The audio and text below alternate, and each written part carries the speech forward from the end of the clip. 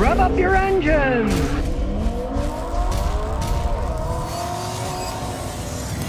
CP says, Scotty, what's your next car? Well, I don't know. Do they have cars in heaven?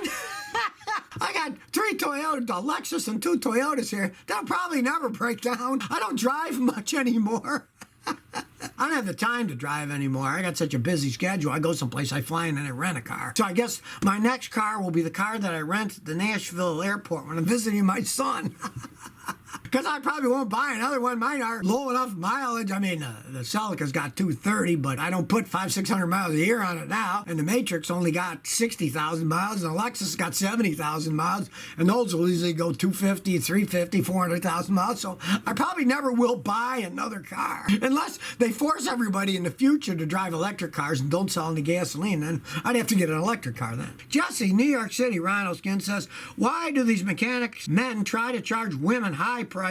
Hey, they try to charge everybody high prices. Don't think it's just they're charging women. Now, in the olden days, it used to be that mechanics would try to charge more money to women because they thought the women didn't know anything about cars, so they can take advantage of them. And back in the day, more men than today knew how to fix cars. But today, hardly anybody knows how to fix cars. I had a customer years ago that I went to work on his car. A friend told him about me. Most of my business is word of mouth. Yeah, try out Scotty. So he calls me up and I go, he brings a car over and he says, oh yeah, you know, I used to fix my car, but I don't have time, so now can you fix it, right? So I fixed his car, and then for years I fixed his car. And then that must have been 8-10 years later. He was a bartender, so I was at his bar having a drink because he gave me free French heavy drink.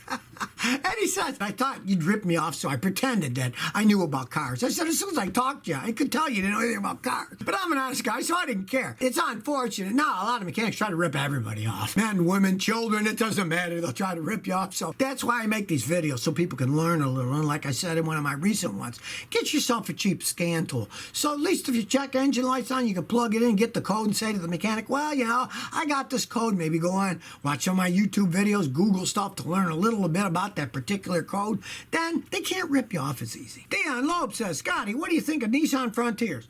All right, everybody who knows me knows I'm not a Nissan fan, but the Nissan Frontier, the little pickup trucks, they are decent pickup trucks, especially if you get a standard transmission. They are decent pickup trucks. I've had customers with them, and they were very happy with the trucks. Now, if you are going to get one of those, I would advise you to get the 4-cylinder engine.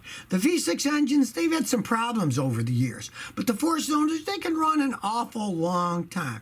Now, if you find that you can get a Nissan Frontier pickup truck a whole bunch cheaper than like a Toyota Tacoma pickup truck, which is a lot better truck, but they cost so much more. If you can get the Frontier for many thousands less, go ahead. But if you can find a used Tacoma that's close to the Frontier, I definitely get the Tacoma. The Frontiers can be okay, though, at a cheaper price. It's a cheaper made vehicle, but they can still be a decent little pickup truck. Guy 310. Scotty, what do you think of a 98 to 11 Lincoln Town cars? Are they smooth rides and reliable? Yeah, they are pretty reliable. A lot of the limo services use them. Even some cab companies have special black ones that they rent up at a higher price. They were decent vehicles. Now, they're more road cars. They're absolute gas hogs in town, but on the highway, they're decent. You can get 20-something miles a gallon if you drive them conservatively on the highway. And I've got customers with them, older men mainly, and they like them, and they're happy driving around, and they do have a smooth ride. You know, they don't make them anymore because Ford's giving away with cars except for the Mustang,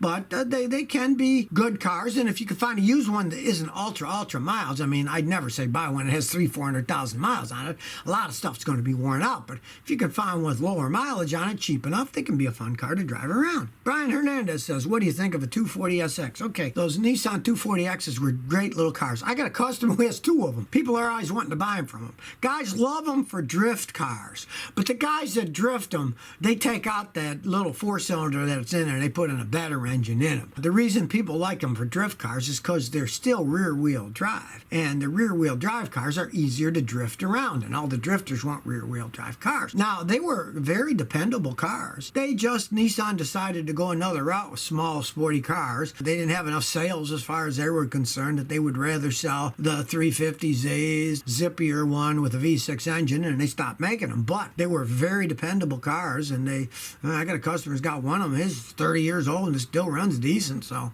they were well-made cars. Adam Shackman says, Scotty, I'm between these 3 cars for my first car? Toyota Corolla, 2013 Ford Focus, 2015 Subaru Legacy, or 2014 Acura ILX. Corolla, if it's going to be your first car. Then you won't have to spend any time fixing the thing. If you really want a little more luxury, the Acura, but you're buying a used car then, it's 6 years old, and you don't know. Some guys beat the heck out of the Acuras because they are very fast cars, so people tend to drive them faster. Hence, you buy a used one, it's got some problems with it from people driving them too fast. If you don't know that much about cars and it's your first car and you want to learn all about maintaining it and you don't want to spend much money fixing it, go with the Corolla. Rob Starr says, Scotty got an '07 Cadillac Escalade, has a slight vibration when idled, but not in park and drive. First, tune the thing up. Maybe it needs spark plugs, air filter, fuel filter. Who knows? And then check for vacuum leaks too. It's an older car, it's 13 years old, and Cadillac can be very expensive vehicles, but try the simple things first. And then if it isn't, and a mechanic like me looks at it and finds some things that could be really expensive, but it runs good okay, live with it. I got a lot of customers with them that, they shake a little idle, but they go like scalded apes down the highway. On the highway, they run fine otherwise. A lot of people will live with something like that. They won't care, but do tune it up first, change the filters, and see what happens to them, and check for vacuum leaks, because you never know. Brandon Does Gaming says, Scotty, I got a 2003 Nissan Xterra that leaks and burns oil. What should I do to fix it? Sell it. Okay, as for the leaking oil, I know there's a particular problem on those. I fixed a zillion of them.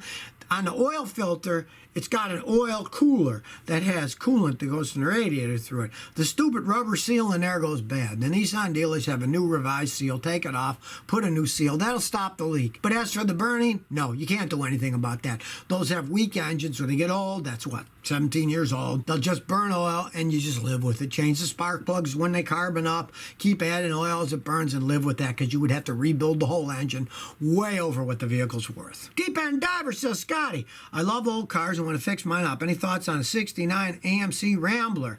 Yeah, those are interesting cars. I mean, people either hated them or loved them. Oh man, those are the ugliest things I've ever seen. Or, oh wow, that's kind of a cool looking car. And believe it or not, they're starting to become a little bit popular. Now, they're not insanely popular. It'll be never worth something like a 69 Mustang convertible, But the parts are readily available. Most of those things had a very simple, but they were extremely reliable vehicles that could last a really long time. And you can get parts for those things. There's a lot of guys that still sell parts for those old things. And it'd be a fun, cheap car to fix up. They don't cost that much money to fix up. Just don't put, 20 grand into it or something, because it's never going to be worth a whole bunch of money. But it could be a fun car to fix up and then get it painted, and you'd have a little unique thing to drive around in. Wilma Herrera says, where do I buy rare parts? Wherever you can find them. It used to be a book, and yeah, I guess I still have the book, but everybody goes online these days. And there's this thing called Hemmings Motor News, Hemmings, Hemmings. They have people in there that have parts for just about every car ever made. It's the old car man's Bible. You just go through it, and there's always somebody somewhere. They either got 1-800 numbers or they got websites, and that's where everybody in the world goes looking for rare parts. And of course, you can go to swap meets and stuff. A lot of guys do that. If you want to get a better deal, you get it at a swap meet than you will online where people want cash. But yeah, try Hemmings Motor News online, and they've got a lot of stuff in there. It's been around a really long time too. Jeremy Daniel 45 says, '06 Chevy Colorado, the rear brake drums are stuck on. I know I got to fix the brakes because I can hear them grinding, but I can't get them off. Those drum brakes push out like this, and if they're worn metal to metal, they put grooves in the drum. You're going to have to replace it anyway, so you don't care if you destroy the stupid thing. Go on the back side, and on the back side there's a little hole, and you get two little screwdrivers, one to hold down retainer clip that keeps them from screwing in backwards, and the other, you hit the little star part with a screwdriver and you start making it turn in, and that loosens the rod. Hopefully you can get it in deep enough that the brake shoes will come out of the grooves they made and you'll be able to pull it up. You might be doing a lot of hammering and smashing, but that normally works. If you can't do that, then you got to go really old school, and you can get a grinder, and you're going to just have to grind the drums off and then throw them away. You're going to have to replace them anyway, but a lot of times by loosening it with that, it's a lot easier, and then hammer them and smash them off than it is to cut them in half. It's kind of a job cutting them in half, so pray you can just turn those little swivels using 2 screwdrivers. There is that little piece on the inside. It's an inspection hole. Sometimes there's a rubber plug. You just pop the plug off, looking with a flashlight, and if you can loosen it up, you should be able to get them off. So if you never want to miss another one of my new car repair videos, remember to ring that bell.